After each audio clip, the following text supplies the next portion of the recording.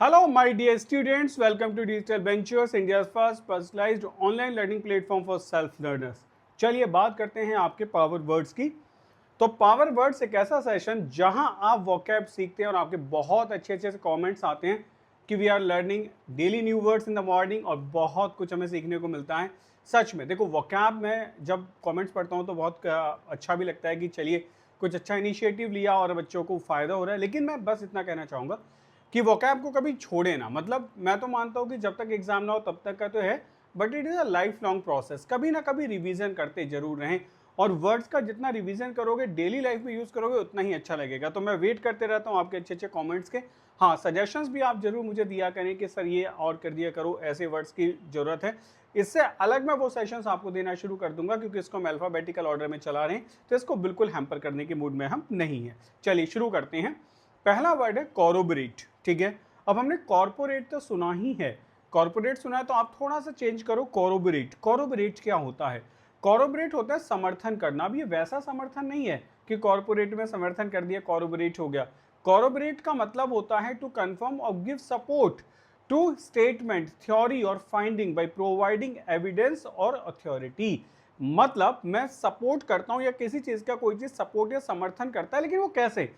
Evidence के साथ में। मतलब किसी चीज को प्रूव कर दिया गया, सपोर्ट कर दिया गया विद एविडेंस, उसको आप कहते हो कोरोबोरेट। समझ गए? उसको आप कहते हो कोरोबोरेट। जैसे the witness testimony corroborated the suspect's alibi strengthening his case. अब ये जो वर्ड है एलिबाई, ये बहुत इंपॉर्टेंट वर्ड है। ये क्या होता है?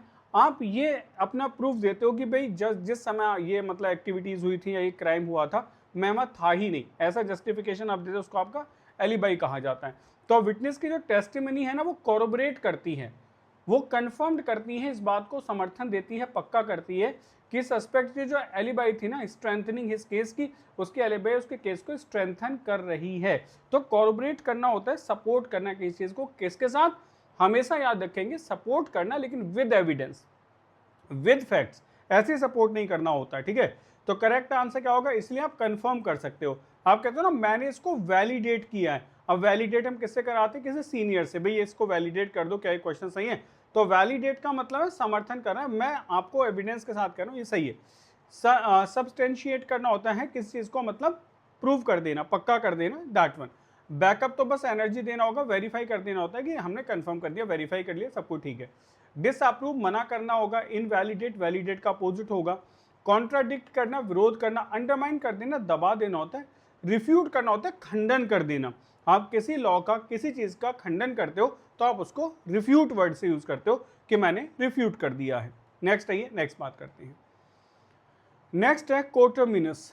कोटरमिनस का मतलब क्या होता है? कोटरमिनस होता है सह सीमांत। अब सह सीमांत कैसा होगा? शेयरिंग अ कॉमन बाउंड्री और बॉर्डर, जो आपस में जुड़े हुए हैं, कॉमन बाउंड्री की बात करते हैं, बॉर्डर की बात करते हैं, उसको कोटरमिनस कहा जाता है। जैसे आपने कहा the two districts are coterminous sharing the same boundaries. आप ऐसा सेंटेंस बोल सकते हो ना कि अगर आपके गांव के बराबर में दूसरा कोई गांव है, तो आपने कहा हमारे जो विलेजेस हैं वो कोटरमिनस हैं, यानी कि एक दूसरे के गांव की सरहद को या सीमा को शेयर करते हैं। कोटरमिनस सिटीज हो सकती हैं, कोटरमिनस कंट्रीज हो सकती हैं। बस कहना इतना है, शेयरिंग अ कॉमन बाउंड्री और बॉर्डर होगा। आपका जो घर है वो किसी सोसाइटी में, आगे एक और सोसाइटी है, उन दोनों सोसाइटी के बीच में जो शेयरिंग बॉर्डर है उसको आप कोटरमिनस कह सकते हैं। तो टू डिस्ट्रिक्ट्स आर कोटरमिनस, आप कह सकते हो आर सोसाइटीज आर कोटरमिनस, हमारी सोसाइटीज तो बिल्कुल आसपास में है, बराबर बराबर ही है। तो आप ऐसी जगह कोटरमिनस का यूज कर सकते हैं। बड़ा अच्छा वर्ड है, कोई भी यूज करेगा बहुत बढ़िया लगेगा। कोटरमिनस है, खूब आराम से बोलो। आगे देखते हैं। आपको एडजेसेंट पता ही होगा कि बराबर में होता है। अब ये कॉन्टिग्यूअस, आप याद करें एक वर्ड होता है कॉन्टिजियस, याद आ रहा है? कॉन्टिजियस मतलब होता है spread by touch, spread by touch, जो छूने से फैल जाता है। ठीक है, दैट इज कंटेजियस होता है ना, दैट वन। कंटेजियस मतलब जो छूने से फैल जाता है। ठीक है, अब ये कंटेजियस डिजीज है, छूने से फैल जाती है। कंटिग्यूअस का मतलब होता है एडजेसेंट। ऐसे ही एक वर्ड और होता है जिसे आप कह सकते हो ABUT, अबट। अबट का मतलब होता है दोनों चीजें पास पास में है, अबट है यानी कि शेयरिंग बॉर्डर है। टचिंग हो सकता है, ज्वाइनिंग हो सकता है, बॉर्डरिंग आसान होगा। सेपरेट का मतलब अलग अलग होगा, डिस्टिंक्ट होता है, डिस्टिंक्ट का मतलब वैसे होता है एक अलग क्वालिटी, कहते हैं उसके डिस्टिंक्शन है, उसके अंदर डिस्टिंक्ट फीचर्स हैं, यानी कि वो बाकियों से बिल्कुल अलग थलग है। डिसकनेक्टेड आसान वर्ड है। आइसोलेटेड होता है कि कोई चीज़ निर्जन है, मतलब away from the man support है, या आप कहते हो ना आइसोलेटेड एरिया है, यहाँ कोई आता जाता नहीं है। डिटैच्ड माने तो बस अटैचमेंट का अपोजिट है कि वो डिटैच्ड है, हो सकता है फीलिंग्स को लेकर डिटैच्ड हो सकता है प्रॉपर्टी से डिटैचमेंट हो, सोसाइटी से समाज से डिटैचमेंट हो सकता है, तो उसको आप डिटैच्ड कह सकते हो, एक एडजेक्टिव बना सकते हो। ठीक है, नेक्स्ट आइए। नेक्स्ट है काउंटरफिट। अब ये काउंटरफिट क्या होता है? काउंटरफिट मतलब होता है नकली। अब ये अक्सर यूज़ किया जाता है, वैसे हम बात करें तो डॉक्यूमेंट्स के लिए यूज़ किया जाता है, करेंसी के लिए यूज़ करते हैं। तो मेड इन इमिटेशन, इमिटेशन का मतलब होता है किसी की नकल करना, इमिटेट करना। ठीक है, जैसे poets are imitators, poet imitate करते हैं, कॉपी करना, नकल करना। By an intent to deceive, धोखा देने के लिए कॉपी करना। मेक और मतलब फेक और फ्रेडुलेंट, यानी कि झूठा फ्रेडुलेंट डॉक्यूमेंट बनाना, उसको आप काउंटरफीट कह सकते हो। ठीक है, कि ये काउंटरफीट है। They were caught selling counterfeit designer handbags, मतलब वो पकड़े गए बेचते हुए काउंटरफीट मतलब झूठे डिजाइनर हैंडबैग्स। अब आप मार्केट में देखते हो ना, बहुत सारी शॉप्स हैं जो कहते हैं हम उसके कॉपी बनाते हैं, तो जो कॉपी है वो काउंटरफीट है, यानी कि आप काउंटरफीट एग्जाम्पल्स, काउंटरफीट चीजें बना रहे हो, उनकी कॉपी बना रहे हो। ठीक है, वही काउंटरफीट होता है, उसको आप नकली कह सकते हो, जालसाजी कह सकते हो। नेक्स्ट वर्ड है, इसका सिनोनिम्स क्या होगा? फेक होगा, आसान। स्प्यूरियस हो सकता है, स्प्यूरियस अक्सर आपने कॉल्स के साथ सुना होगा, कहते हैं ना be aware of spurious messages and calls. झूठी फ्रॉड कॉल्स आती हैं, बैंक से आ जाती हैं कि आपका अकाउंट बंद होने वाला है, ये डॉक्यूमेंट शेयर कर दो। ठीक है, या फिर आपकी लॉटरी लगी है, ऐसी स्प्यूरियस कॉल्स आती हैं, तो वहाँ आपने खूब सुना होगा, स्प्यूरियस होता है, स्प्यूरियस कॉल्स होती हैं। फोर्ज मतलब झूठे या जालसाज डॉक्यूमेंट्स बनाना, फोर्स्ड डॉक्यूमेंट्स हैं। फ्रॉडुलेंट डॉक्यूमेंट्स हो सकते हैं, और काउंटरफिट मतलब वही हो गया, झूठा नकली होगा। ये तो जेन्यून है, ऑथेंटिक है। ऑथेंटिक आप ऐसे भी कह सकते हो कि बिल्कुल ट्रू है, कंटेंट है, ऐसा कंटेंट जिसमें कोई एरर नहीं है, रियल है, सपोर्टिव है। कंटेंट कैसा होगा? ऑथेंटिक होगा, रियल हो गया। Legitimate according to the law होगा। और ये जो वर्ड होता है बोनाफाइड, बच्चों बोनाफाइडी का मतलब क्या होता है? अच्छा वर्ड है, बोनाफाइडी बोलेंगे, इसका मतलब ही होता है रियल। बस बोलते टाइम याद रखें, बोनाफाइडी होगा, बोनाफाइडी मतलब रियल होगा, रियल होगा, बोनाफाइडी होगा। ठीक है, अच्छा इंपॉर्टेंट वर्ड है, कहीं पे लिखें और याद कर ले, BONA बोना, FIDE फाइडी, बोनाफाइडी मतलब रियल होगा। नेक्स्ट आइए, नेक्स्ट वर्ड है कू। ये जो वर्ड होता है प्रोनाउंसिएशन कू है इसका, बस। ठीक है, इसका मतलब होता है तख्ता पलट कर देना, जैसे अ violent and usually illegal scissor of power of from a government, government से इलीगल तरीके से पावर को खींच लेना, जैसा आपने बांग्लादेश में भी देखा। ठीक है, वो क्या था? वो कू था, वो तख्ता पलट था। The government was overthrown in an army coup, ऐसे बहुत सारे आपने इंसिडेंट देखे होंगे, पाकिस्तान में भी हुए, बांग्लादेश में भी हुए, जहाँ तख्ता पलट हुआ है, जो गवर्नमेंट थी उससे सारी की सारी ताकत को ले लिया गया। तो ऐसे इंसिडेंट आपको अक्सर हिस्ट्री में देखने को मिलते हैं। तो the government was overthrown in army coup. ठीक है, उस आर्मी कू में बेटा क्या कर दिया गया? ओवरथ्रोन कर दिया गया। तो द गवर्नमेंट वॉज, गवर्नमेंट को पूरी तरीके से खत्म कर दिया गया आर्मी कू में। नेक्स्ट आइए, कू का सिनोनिम क्या होगा? ओवरथ्रो कर देना। इंसरेक्शन का मतलब क्या होता है बेटा? इंसरेक्शन का मतलब ऐसे समझ लो, जैसे कॉन्स्पिरेसी आपने सुना होगा, षड्यंत्र। ठीक है, आप ऐसे लिख सकते हो, organised attempt of people to overthrow the government, ये ऑर्गेनाइज्ड हो गया। ठीक है, रिवोल्यूशन तो क्रांति होती है, बिल्कुल सही है। आप चाहें तो यहाँ वो भी लिख सकते हैं कॉन्स्पिरेसी, लेकिन ये कॉन्स्पिरेसी थोड़ा सा अलग होगा क्योंकि सिर्फ षड्यंत्र होता है। अपराइजिंग उठना होगा। ठीक है, रिबेल माने विद्रोह होगा। ये याद रखना है, जो BEL बेल वर्ड होगा ना, ये रूट वर्ड है। इस रूट का मतलब क्या होता है?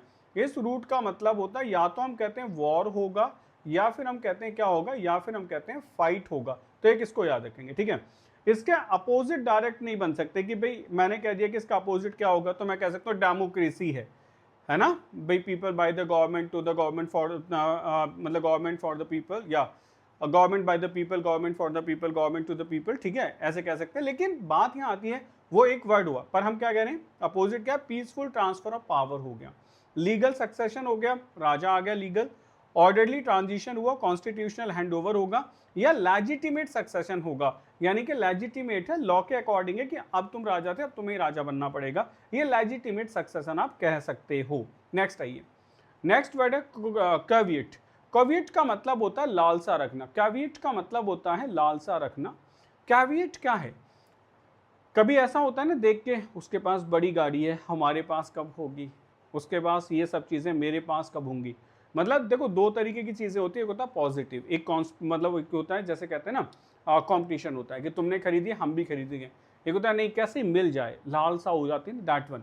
To have a strong desire for something that someone else possesses, किसी की चीज़ों को लेके बहुत स्ट्रॉन्ग डिजायर होना कि मेरे पास ऐसा क्यों नहीं है, वो कैविएट होगी। इसको आप ध्यान रखें, ऐसा वर्ड अक्सर मतलब यूज़ किया जाता है, हर कोई कह सकता है कि ये तो हर किसी की लाइफ से जुड़ा हुआ है, मतलब आप मुझसे कहें तो मैं भी कह सकता हूँ मेरी लाइफ से भी है, लेकिन इसको आप ये सोचो कि सिर्फ ऐसे नहीं है कि पैसे की ही बात की जाए, मतलब बहुत सारी सेंस में हो सकता है, बात समझ लो, इस सेंस में हो सकता है कि किसी के पास बहुत ज़्यादा नॉलेज है, मेरे पास क्यों नहीं है, कोई बहुत ज़्यादा फेमस है तो मैं क्यों नहीं हूँ, ठीक है, तो कई तरीके से हो सकता है, तो ये मत सोचना कि सिर्फ पैसे को लेके ही होगा।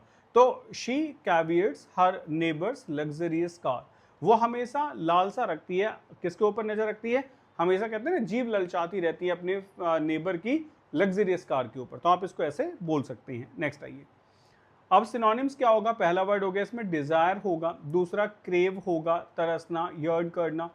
एनवी मतलब होता है थोड़ा सा, देखो एक तो होता है जेलेसी, तो मतलब ऐसे होता है कि जेलेसी होता है जब आप किसी से जेलस फील करते हो, एनवी मतलब होता है when you have something and you are feeling uncomfortable, तो इसीलिए इस वर्ड का यूज है बिल्कुल सही किया गया है। उसके बाद आता है आपका लॉन्ग फॉर यानी कि तरसना। डिसडेन का मतलब होता है बेटा हेट करना किसी चीज को, रिजेक्ट मना कर देना। रिनाउंस का मतलब होता है त्याग देना, जैसे आपने कहा मैंने इस चीज को त्याग दिया है, छोड़ दिया, रिनाउंस कर दिया, ठीक है। स्पेंड कर देने का मतलब भी होता है to refuse, to refuse to accept something, ठीक है। रैपिडेट का मतलब भी टू रिफ्यूज होता है, to refuse to accept something as reasonable, मतलब होता है ना कि लॉजिकली मेरे हिसाब से सही नहीं है, मैं इसको रिप्यूडिएट करता हूं, ठीक है, तो आप वहां रिप्यूडिएट का यूज कर सकते हैं, ठीक। नेक्स्ट आइए, नेक्स्ट है कॉयनेस। कॉयनेस याद कर लो, कॉय याद कर लो, COY कॉय, कॉय माने शर्मीला होता है, he is a coy boy, ठीक है, ऐसे कह सकते हैं आप, इसको एडजेक्टिव बनाओ, कॉय होगा, ठीक है, तो कॉयनोस नेस आ गया तो ये क्या बन जाएगा, नाउन बन जाएगा। तो behaviour in which someone is और प्रिटेंड्स टू बी शाई और लाइक अ चाइल्ड, कोई ऐसा है शर्मिंदा, अगर आपको लगता है कि मैं बहुत शाई हूं तो आप कॉय हो सकते हो, ठीक है। आप जब कहते हो कि वो बहुत शर्मिंदा है तो वो कॉय हो सकता है, कोई भी आपका फ्रेंड हो सकता है, आप इसको ऐसे सोच के देखो, कॉय को आप किसी के साथ भी लगा सकते हैं, ठीक है। अगर आपको वैसे ही याद नहीं हो रहा है तो आप कह दो कि कोयल कॉय है, कि बोलती रहती है लेकिन जैसे कोई देखता है एकदम चुप हो जाती है, ठीक, तो कोयल बड़ी शर्मीली है, कॉय है, तो आपका सेंटेंस बन जाएगा her coyness only added to her charm, उसकी जो कॉयनेस है ना वो उसके चार्म को बढ़ा देती है, ग्रेस को बढ़ा देती है, making her even more alluring, उसको बहुत ज़्यादा एल्योरिंग बना देती है, मतलब उसका जो शर्माना है ना वो उसके चार्म को बढ़ा देता है, तो वो कॉयनेस होता है शर्माना, शर्मीला होना, उसको आप कॉयनेस कह सकते हो, ठीक है। नेक्स्ट आइए, अब ये शाइनेस, ये सबको क्लियर है। मॉडेस्ट बिहेवियर आपने सुना होगा कि मॉडेस्टी है उसके अंदर, मॉडेस्टी का मतलब है ऐसा बिहेवियर जो थोड़ा अच्छा होता है, पॉजिटिव बिहेवियर होता है, इंसान मोडेस्ट हो सकता है कि बहुत मोडेस्ट है, ठीक है। रिजर्व थोड़ा सा अपो मतलब अलग टाइप का है, कि रिजर्व का मतलब है लोगों से बातचीत नहीं करता है, इसको हम थोड़ा सा कभी कभी नेगेटिव भी ले सकते हैं कि कॉन्फिडेंट नहीं है, रिजर्व्ड है। ये जो बैशफुलनेस होता है ये आता है बच्चों, इसको आप ऐसे समझो, बैशफुल भी होता है ना, नेस लिखा है, तो इसको आप लिख लो शाइनेस के लिए यूज हो रहा है, कुछ और नहीं है, ठीक है। टिमिडिटी मतलब कायर होता है, इसका मतलब ओपन नहीं है, अपनी सोर्सेज ओपन नहीं करता है, अपनी बात को फ्रैंकली रख नहीं पाता है, तो उसको टिमिडिटी कहते हैं, ये नेचर है। टिमिड आपका एडजेक्टिव होगा तो टिमिडिटी नाउन है। बोल्डनेस खुल के बोलता है। असर्टिवनेस, अच्छा असर्टिवनेस को बड़े अच्छे से आप यूज कर सकते हो, यू शुड बी असर्टिव, तुम्हें असर्टिव होना चाहिए, बात को खुल के कहो, यू शुड हैव असर्टिवनेस, मतलब पता होना चाहिए सही और गलत क्या है। सेम ओपननेस होगा, कॉन्फिडेंस होगा। ऑडेसिटी का मतलब होता है, मतलब ऑडेसिटी होता है जो कहते हैं ना ताकत है, पावर है, बिहेवियर, उसको ऑडेसिटी कहा जाता है। ठीक, नेक्स्ट आइए। नेक्स्ट है क्रीडेंस। अब ये जो वर्ड है क्रीडेंस, इसमें CRED आता है, क्रेड। अब आपने क्रेड एक एप्लीकेशन भी देखी होगी और आपने क्रेडिट कार्ड भी देखा है। क्रेडिट कार्ड जब आपको मिलता है तो वो किस लिए मिलता है आपको? आपके सिर्फ बैंक आपके ऊपर ट्रस्ट करता है और उस ट्रस्ट की वजह से आपको क्रेडिट कार्ड मिल जाता है। तो क्रीडेंस का मतलब होता है कि आपका ट्रस्ट जो होगा, विश्वास, बिलीफ, उसको क्रीडेंस कहा जाता है। तो believe that something is true, ये मान लेना कि कोई चीज सच है, स्पेशली विदाउट प्रूफ। लेकिन प्रूफ सही नहीं है उसका, उसको आप क्रीडेंस कहते हैं। The claims made in the article lacked credence due to the lack of evidence. The claims made in the article, वो जो क्लेम्स है ना जो आर्टिकल में लिखे गए, लैक्ड क्रीडेंस, उनमें विश्वास की कमी है, उनमें ट्रस्ट की कमी है, due to the lack of evidence, क्योंकि एविडेंस है ही नहीं। तो उसको आप कहते हो क्रीडेंस की कमी है, उसको आप क्रीडेंस कह सकते हो। क्रीडेंस का मतलब क्या होगा? ये आपका बिलीफ होगा, ये आपका फेथ होगा, ये आपका ट्रस्ट होगा, कॉन्फिडेंस होगा, या आप कहते हो ना मेरा कन्विक्शन है। कन्विक्शन होता है आपका स्ट्रॉन्ग बिलीफ। जैसे आपसे कहते हैं ना कि आप वही करना जीवन में जो आप करना चाहते हो, तो आप कहते हो it's my conviction, it's my strong belief, मैं यही करूंगा क्योंकि मेरा कन्विक्शन है इसके अंदर। डिसबिलीफ होगा, मतलब आपका बिलीफ सिस्टम काम ही नहीं करता है। स्कैप्टिसिज्म, मतलब आप थोड़े से सनकी हैं। डाउट है, मिसट्रस्ट है, सस्पिशियन है। नेक्स्ट आते हैं। नेक्स्ट वर्ड है क्रेडिबल। ये उसी से बना है, क्रेडिबल। आपने सुना होगा वर्ड अच्छे से, INCREDIBLE, incredible India. Incredible India का मतलब होता है अतुल्य भारत। अद्वितीय भारत मतलब बहुत विश्वास से, सोच से परे, अविश्वसनीय भारत, उसको कहते हैं इनक्रेडिबल इंडिया। तो क्रेडिबल क्या है? विश्वसनीय है। एबल टू बी बिलीव्ड, आप विश्वास कर सकते हो, आप ट्रस्ट कर सकते हो। कन्विंसिंग और ट्रस्ट वर्दी है, तो आप उसको क्रेडिबल है। जैसे the witness provided credible testimony that supported the prosecutions case.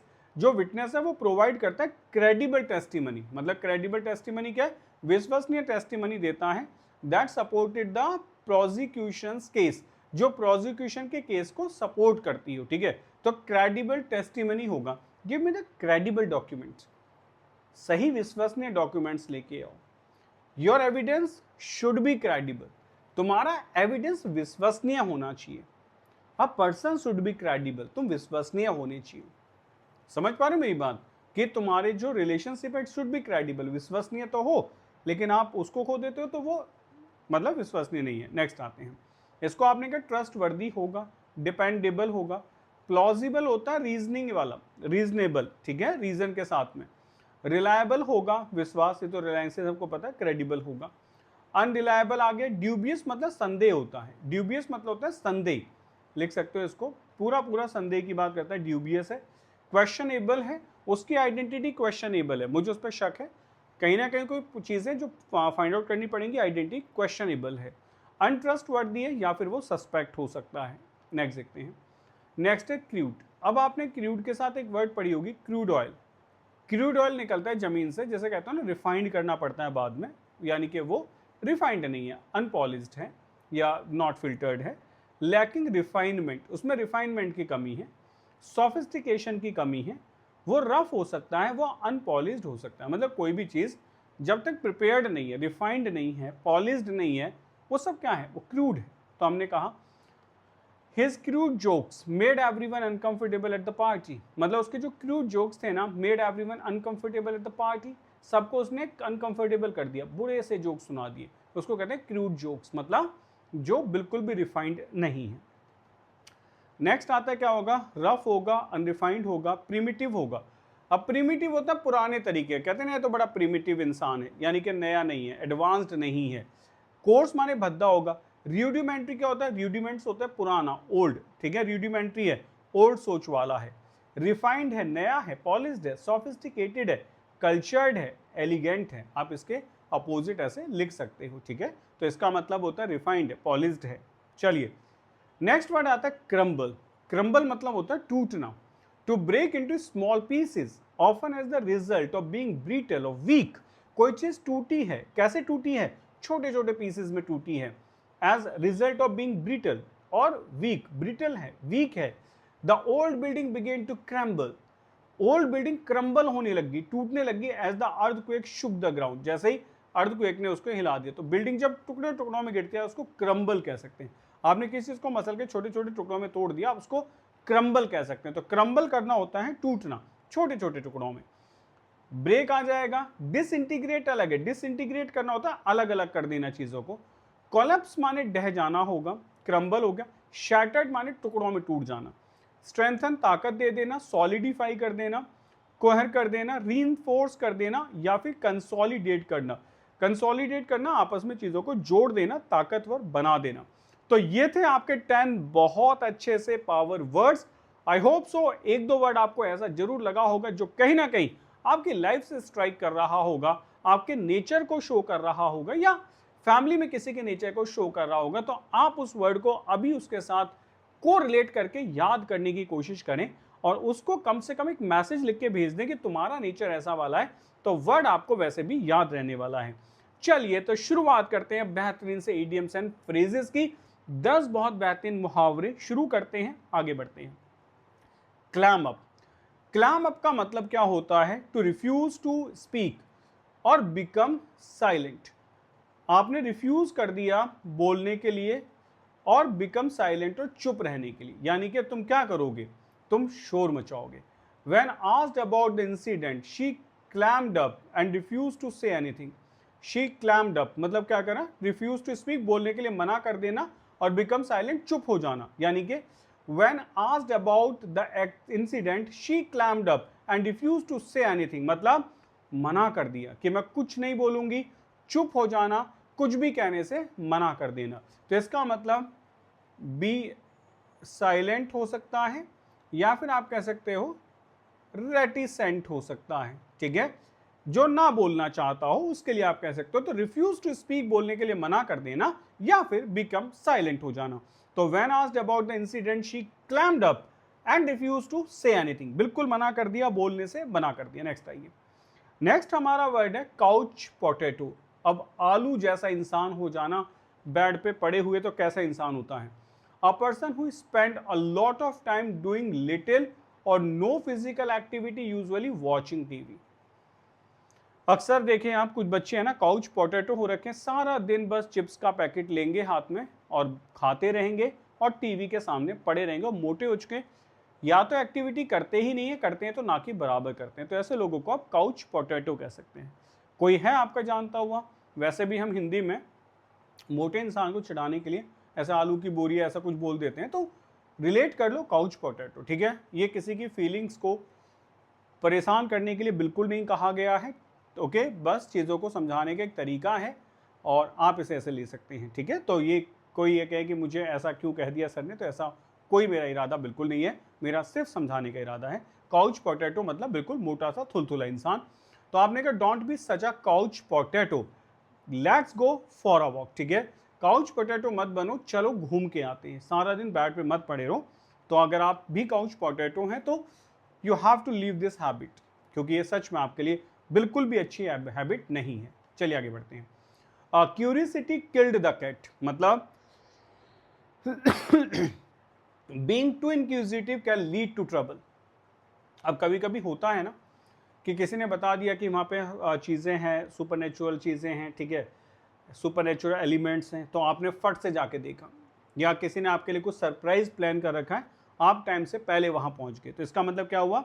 Being too inquisitive, बहुत ज़्यादा जानने की जो जिज्ञासा होती है ना, कैन लीड टू ट्रबल, उसकी वजह से आप ट्रबल में फंस सकते हैं। I wouldn't ask too many questions if I were you, curiosity killed the cat मतलब I wouldn't ask too many questions, मैं बहुत क्वेश्चन नहीं पूछता यदि मैं तुम्हारी जगह होता। क्यों? क्यूरियोसिटी किल्ड द कैट, क्योंकि हो सकता है कि क्यूरियोसिटी की वजह से, इस जानने की वजह से हम परेशानी में फंस जाएं। तो यदि मैं तुम्हारी जगह होता तो मैं बहुत सारे क्वेश्चंस नहीं पूछता। Can not hold a candle to, देखो एक मुहावरे यहाँ से यहाँ तक पढ़ो, होल्ड अ कैंडल टू, इसका मतलब होता है कैपेबल, कोई आदमी कैपेबल है, और अगर नॉट लगा देंगे तो नॉट कैपेबल बन जाएगा। बस इतना सा आपको याद करना है। और कैंडल कौन पकड़ता है? देखो कैंडल पकड़ता है आपकी क्लास का मॉनिटर। आपकी क्लास का जो मॉनिटर है उसको टीचर कैपेबल समझते हैं, या आपके स्कूल को कोई रिप्रेजेंट करता है तो उसको स्कूल के लिए कैपेबल माना जाता है कि उसके अंदर वो कैपेबिलिटी है। तो आपने कहा to be much less competent और कैपेबल देन समवन एल्स, तुम कम कैपेबल या कम कॉम्पिटेंट हो। समझ आ गया? इसीलिए you can not hold a candle to, if you can hold a candle to it means you are capable. तो आपने कहा his cooking can not hold a candle to his grandmother's, उसकी जो कुकिंग है ना can not hold a candle to his grandmother's की cooking के सामने तो बिल्कुल भी कुछ नहीं है। उसकी कुकिंग अच्छी हो सकती है बट ग्रैंड मदर की कुकिंग के सामने कुछ भी नहीं है। कैरेट एंड स्टिक पॉलिसी बहुत अच्छा मुहावरा, अक्सर ऑफिसेज में यूज होता है मैनेजमेंट में। जो बच्चे अच्छा या जो लोग अच्छा काम करते हैं उन्हें खाने के लिए गाजर दी जाती है, और जो अच्छा काम नहीं करते हैं या अपने प्रोजेक्ट्स में फेल हो जाते हैं उनके लिए ऑफिस में डंडा भी तैयार होता है, यानी कि पनिशमेंट जैसी बातें भी हैं। पनिशमेंट कॉर्पोरल ना हो और बहुत तरीके के मेंटल पनिशमेंट्स होते हैं, समझ ले सकते हैं आप लोग। तो वही कहते हैं carat and stick policy, a method of persuasion using both rewards and punishment. काम निकलवाना है कैसे भी, कैरेट दे के निकलवाओ, आप अवार्ड्स दो, आप रिफ्रेशमेंट दो, आप पनिशमेंट दो, that one. Okay, the government used a carrot and stick policy या stick approach to encourage tax compliance. Tax compliance के लिए इसने क्या करा है भाई, क्या यूज किया, कैरेट एंड स्टिक पॉलिसी का यूज किया है। नेक्स्ट आइए, कैरी द डे और विन द डे मतलब क्या होता है, टू विन और succeed specially after struggle. The day when you get selection you can say I am carrying the day, या फिर आई वॉन द डे, वो आपका दिन होगा। Their argument was so convincing that they carried the day during the debate. उनका argument इतना convincing था कि they carried the day during the debate, सिर्फ उन्हीं की बात उस दिन हो रही थी कि ये बहुत बढ़िया बोले हैं। नेक्स्ट आइए, कास्ट पर्ल्स बिफोर स्वाइन। अब स्वाइन माने होता है पिग, अब पिग के सामने आपने डाल दिए पर्ल्स। क्या मोती खाता है वो? नहीं, वो तो बहुत गंदी गंदी चीजें खाता है। तो आपने कहा to offer someone valuable to someone, to offer something valuable to someone who does not appreciate it, यानी कि ऐसे इंसान को जो कम वैल्यू जानता हो उस चीज को, उसको वो वैल्यूएबल चीजें दे देना। मतलब कहने का ये है कि जिसको हीरे का पता ही नहीं, अगर आप उसको हीरा देंगे तो उसके लिए तो किसी काम का भी नहीं है। तो trying to teach him about art is like casting pearls before a swine. मतलब अगर आप उसको क्या बता रहे हो, आर्ट्स के बारे में बता रहे हो ना, या कि आर्ट्स क्या होती है, तो समझो, ऐसे समझो कि आप ऐसे इंसान को सिखा रहे हो जिसके लिए वो किसी वैल्यू की नहीं है, ही जस्ट डजंट केयर, वो बिल्कुल केयर नहीं करेगा। ठीक है, नेक्स्ट आइए, cast your bread upon the waters. आप अक्सर जाते होगे ना अच्छा काम करने के लिए कि चलो मछलियों को चारा खिलाते हैं, मछलियों को दाना डाल देते हैं, ये माना जाता है कि एक बड़ा अच्छा उसका काम है, मतलब पुण्य का काम है। तो वही है, तो आप एक्सपेक्ट कर रहे हो तो, लेकिन cast your bread upon the water का मतलब to do good deeds without expecting anything in return, कि बस आपने दाना खिला दिया, आपका काम हो गया, आपने अच्छा काम कर लिया, but you can not expect anything in return. तो even if no one notices you should cast your bread upon the waters and help others. जब कोई नोटिस ना कर रहा हो तब भी तुम्हें अच्छे काम करते रहने चाहिए। ठीक है ना, एक कहावत है ना, नेकी कर दरिया में डाल, मतलब हमने काम कर दिया, दरिया में डाल दी, वी आर नॉट एक्सपेक्टिंग कि तुम हमारे लिए अच्छा करो। ठीक है, cast your bread upon the water. Next, cat's whiskers क्या होते हैं, समवन और something that is considered outstanding और द बेस्ट। कोई चीज़ ऐसी होती है जिसको बहुत बढ़िया समझा जाता है, उसे कैट्स विस्कर्स कहते हैं। She thinks her new car is the cats whiskers. अब आप कह सकते हो मेरा फ़ोन कैट्स विस्कर्स है, मैंने अभी शूज़ लिए कैट्स विस्कर्स हैं। कोई ऐसी चीज़ जिसको आप कहते हो वो आउटस्टैंडिंग है, बेस्ट है, सबसे अलग है, उसे आप कैट्स विस्कर्स कह सकते हो। कैचर टार्टर, कैचर टार्टर का मतलब होता है to deal with someone who proves to be unexpectedly difficult और स्ट्रॉन्ग। आप किसी ताकतवर इंसान से भिड़ जाएं, कैचर टार्टर, या अनएक्सपेक्टेड ऐसी सिचुएशन में डल जाएं जो आप सोच नहीं थे बुरी होगी, दैट वन। तो आपने कहा they thought it would be an easy negotiation but they caught a tartar with that client. उन्हें लग रहा था कि ये ईजी निगोशिएशन होगी, लेकिन caught a tartar with the client का मतलब है वो क्लाइंट के साथ भिड़ गई, यानी कि ज़्यादा डिफिकल्ट कंडीशन में या अनएक्सपेक्टेड कंडीशन में फंस गए। तो ये थे आपके 10 ईडियम्स। आई होप आपने इन सब को एंजॉय किया होगा। मैं सिर्फ आपसे रिक्वेस्ट करता हूं कि आप इसमें से कुछ मुहावरे जरूर याद करेंगे। CDS टॉपर्स चॉइस बैच आपके लिए जो CDS 1 2026 या 2 2026 के लिए प्रिपरेशन कर रहे हैं उनके लिए बैच लाइव है। आज ही बैच को ज्वाइन कर सकते हैं। बैच के साथ आपको वीडियोस मिलेंगी, हैंड रिटन नोट्स मिलेंगे, टेस्ट मिलेगा, प्रैक्टिस क्वेश्चंस मिलेंगे, everything you will get there. और एडवांस जो ट्रैकिंग एनालिटिक्स होते हैं ना वो भी आपको मिलते हैं। आपके जो बेटा OTA का बैच है वो भी लाइव है, OTA में मैथ्स नहीं आता है।